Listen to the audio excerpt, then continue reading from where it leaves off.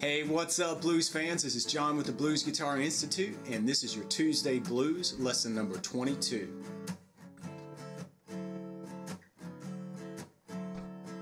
Alright, welcome to lesson 22. Today I'm going to show you a really quick and bluesy lick that you can certainly use, but today's lesson is really less about the lick and more about how to take that lick and break it down into the raw sequence of notes and then move that sequence of notes around the neck so that you can get used to playing in different positions, and even in different octaves. So with that, let's grab our guitar, I'll show you the lick, and then I'll show you how to move it around the fretboard.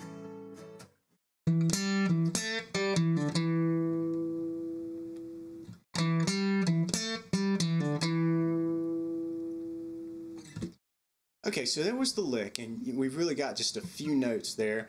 It's in E, and I'm starting out on an E note here, 4th string, 2nd fret. Then I'm picking an open 3rd string, which is a G note, and then coming down on the 2nd fret of the 3rd string for an A, and I'm bending this in a real slight bluesy way, a little quarter step bend there. Then back open on the 3rd string, and then back to the 4th string, I go 2, 0, 2. Alright, so the notes we have here in order are E, G, A with the bend, G, E, D, E. Okay, so it's important to get those notes in your head and the note names. Here, the fret numbers are really going to be useless to you as you start moving across the neck and up and down the neck here. And I'll show you what I mean. What I'm going to do is kind of, instead of thinking about this open position right here, I'm going to start thinking about, okay, this section of the fretboard here, this 3-4 fret span. And so if I start out on an E, which was our first note, and go up to a G, which is our 2nd note, I can start to see here that I can use this same E and then move up to this G on the 4th string, 5th fret. And then I can grab that same A note here and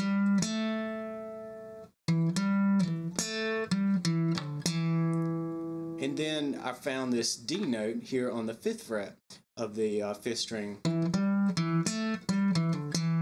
So hear how that sounds, like pretty much identical. Maybe you get just a little bit of the guitar sound is a little bit different, but those are the same exact musical pitches.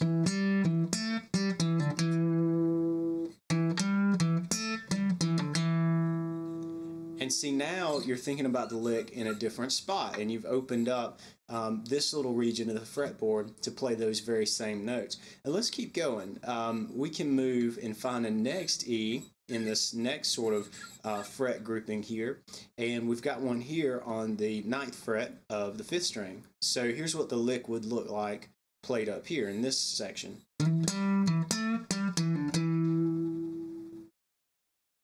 Alright, and we can keep going. Now we can use this E, and instead of kind of going back, we can go up. So what, notes could we find in this section? We can find our E, we can find our G, we can find the A, and then really we just need a D, which is here on the 10th fret. And I've got all this tabbed out as well as some bonus places to play the lick here.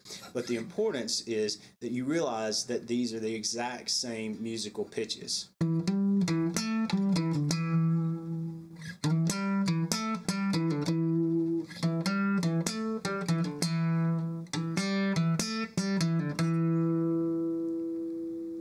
Pretty cool how you can play that same exact lick in various different spots across the fretboard. And of course, if you have easier access to above the 12th fret, then you can keep going. You're just playing in a higher octave. And speaking of playing in a higher octave, we can take a look at what that would look like in these frets, from the open string all the way up to the 12th fret. So I'll show you one quick way to look at this in a higher octave. You can find your E here on the 2nd string and do the same sequence of notes. E, G, A, and then the D.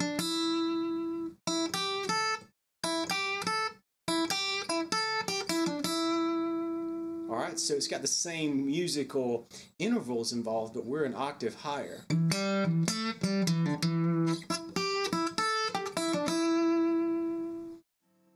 All right, so there you go. Again, check out the full lesson page on this, and I've got several versions or several fret groupings to play this lick mapped out for you, even going up past the 12th fret if you want to practice on an electric or an acoustic that has better access to the higher frets.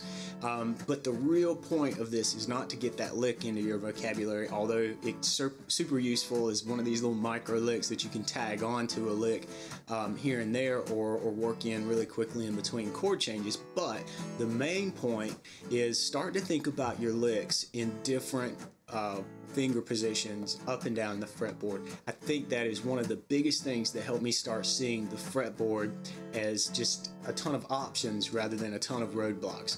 So practice this, and run through the tab in your practice session, and get used to moving around the neck and hearing how the guitar tonal qualities change, but the real musical pitch doesn't. And I think that offers you this little nuance of musicality that you can throw slightly different things at the same lick to make it your own.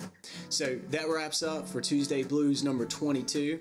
If you guys have any questions or would like to see a certain topic covered on Tuesday Blues, just shoot me an email, john@bluesguitarinstitute.com, and I look forward to hearing from you, and I'll see you guys next week in lesson number 23.